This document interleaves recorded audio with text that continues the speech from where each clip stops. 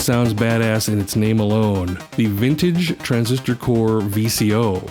The AJHSynth MiniMOD Transistor Core VCO is based off of one of 3 oscillator cards used in the original Model D versions, that being the discrete transistor RA Moog model. According to AJHSynth website, they went with recreating this oscillator version because it sounded sweeter to their ears, and boy does it sound sweet indeed. When I first got this VCO and plugged it in through the ladder filter and turned on my monitors, I almost cried.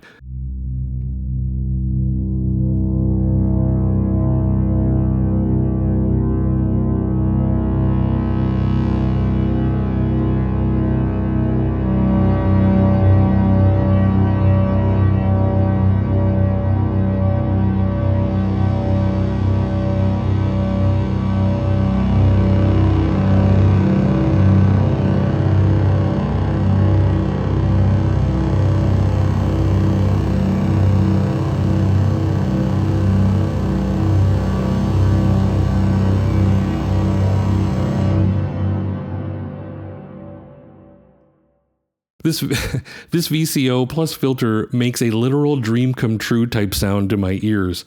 Note that I said my ears. Your mileage may vary.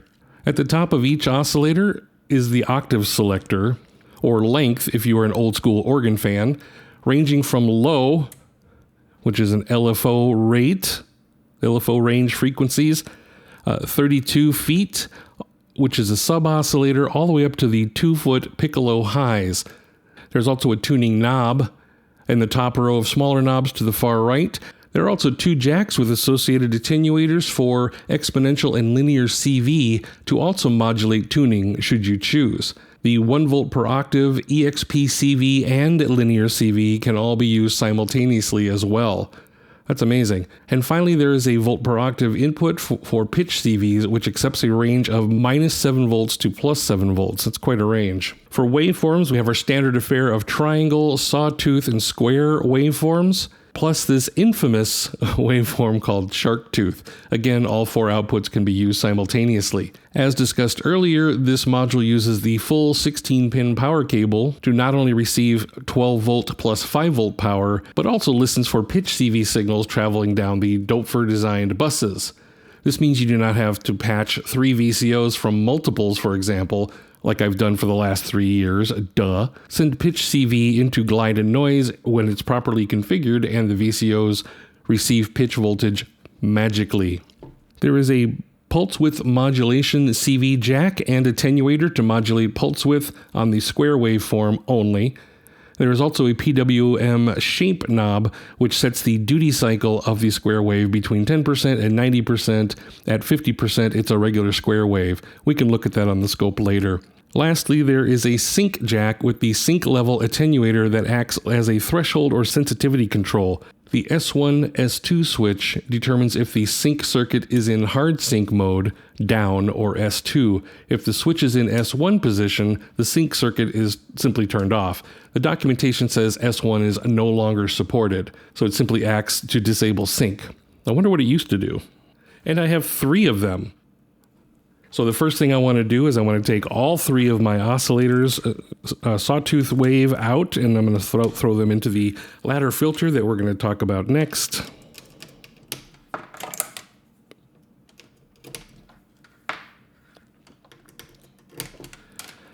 Turn up their volumes here, got my frequency set.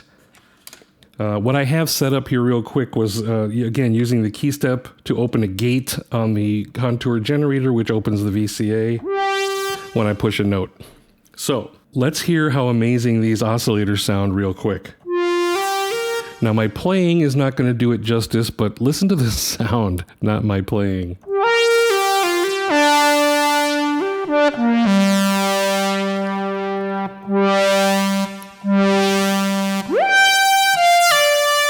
And again, I'm shoving pitch CV into the glide noise, which is sending it down the bus, and all 3 oscillators are picking it up.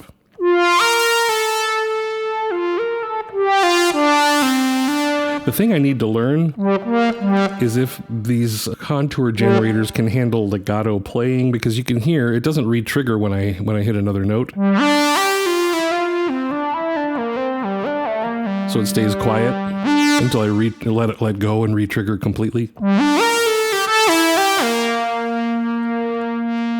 I'm using the contour generator channel 1 for amplification, envelope shape, and then I'm using the second one for filter, opening and closing the filter.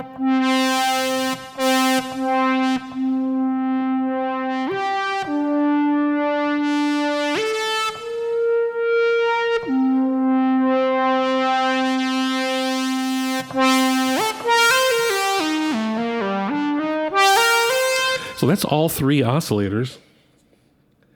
Hang on, that doesn't sound very loud, does it? So here's what I want to do real quick. I'm gonna bump up. What am I gonna do? I'm gonna bump down the. Let me spread these out a little bit. So now I have a sub on 32 foot here on the first oscillator. I have it at 16 feet on the second oscillator. I can put it at 8 feet on the third oscillator and start getting a pretty big sound.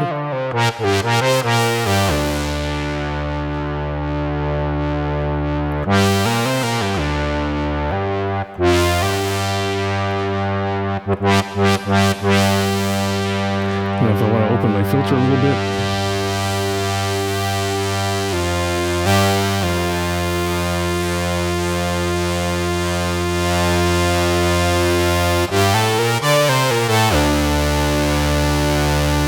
And everything's in pretty good tune right now, but if you start detuning any of these other oscillators from each other, that's when you start getting your Supersaw sounds. And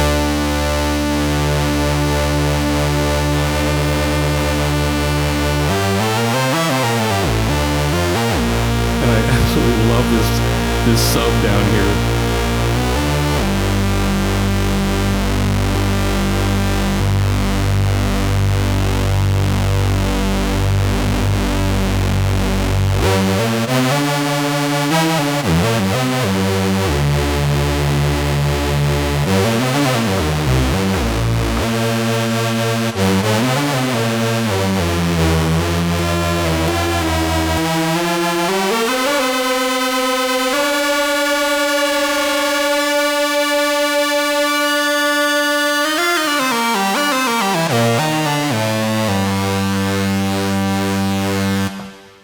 And of course, the other trick you can do always is find one of your voices to offset by a fifth, maybe.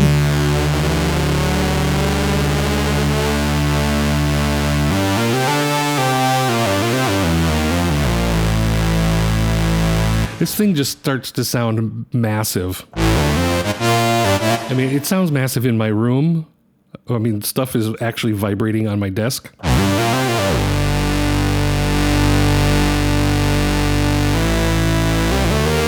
Let me turn off the reverb real quick and listen to just the MiniMOD. I'm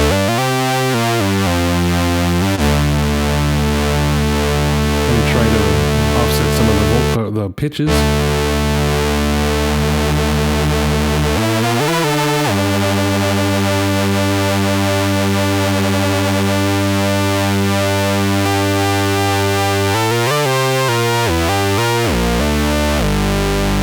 It sounds fantastic.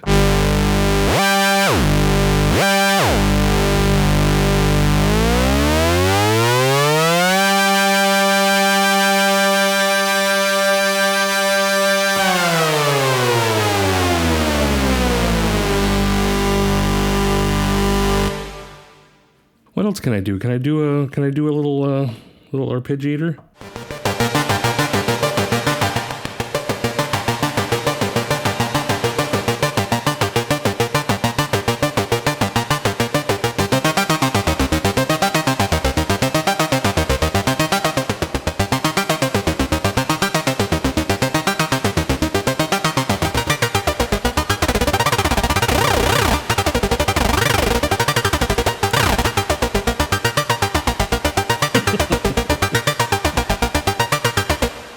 Anyway, name this intro.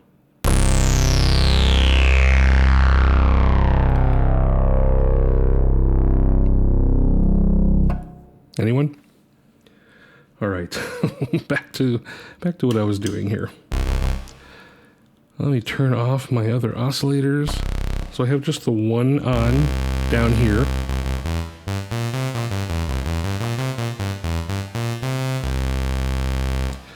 Let's move it into the square waveform. So let me talk about Pulsewidth modulation just a little bit, because a lot of my oscillators in modular have Pulsewidth modulation options, and I don't generally use it because, I don't know, for some reason it just never really impressed me, or I just never found a use for it, because maybe I'm just not that creative. But this one here actually sounds pretty good. So on each of the oscillators, all three of them have this square wave down here, square wave output with a pulse wave shape. If you look over here on data, on the right side here, you can see the shape. If I move the knob to the left, it's a wide square. And if I move it to the right, it's a narrow square. It gets kind of tiny and thin. So that's kind of what Pulsewidth modulation is. You can modulate that to move, right? And it gives this really interesting sound that I haven't found very useful on a lot of other modules, but for some reason on the MiniMOD modules, it sounds pretty cool. So I'm going to take an LFO right below. We haven't talked about this yet because we're not in row 2, but I'm going to take a standard LFO here, and I'm just going to run it up to the Pulsewidth modulation CV jack here. And I'm going to bring up the CV. So the CV, this is an attenuator of how much of that LFO is going to be moving that knob automatically for me, if I put it in the center. So at very minimum, you can still hear it moving, right? Watch the scope. And now I'm going to raise the CV. And I think the reason why I haven't used this too much, Pulsewidth modulation, is because it does remind me of like EDM or dance music, and I don't really do dance music, although I like it, I just don't make it. So that might be why I'm not using it that much. So now that we have a dance tune, just kidding. I'm going to speed up the LFO. Turn down my CV a little bit.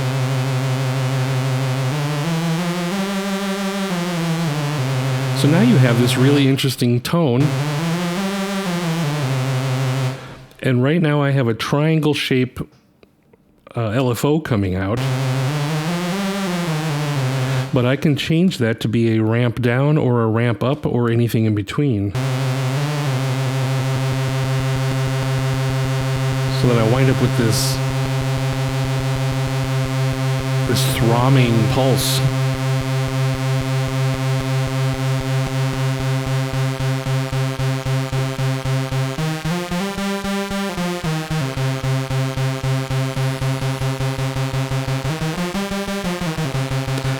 Or ramp up the other way.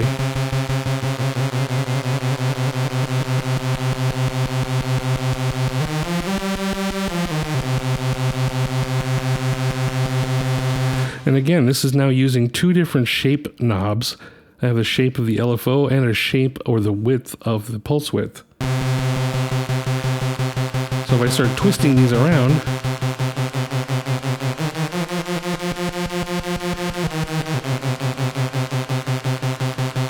and then of course you can just kind of go crazy with it.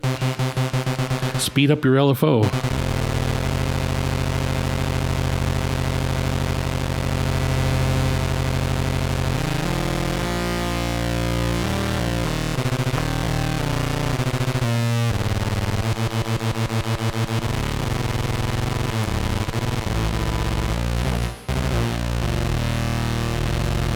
Some of these sound really good.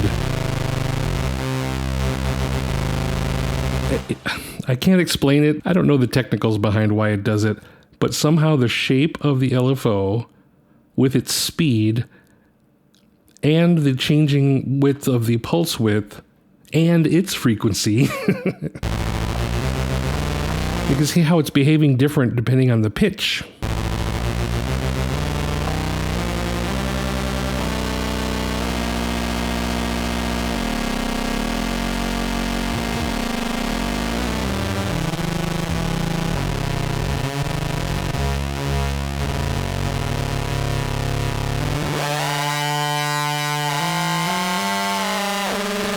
There just comes a point where it doesn't make any sense anymore.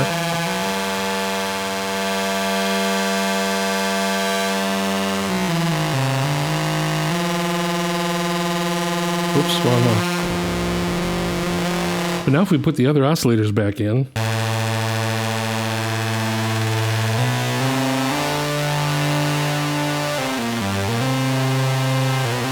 and now those are not being affected by Pulsewidth modulation because they're Sawtooth waves. Now you just got this low guy making all kinds of crazy noises.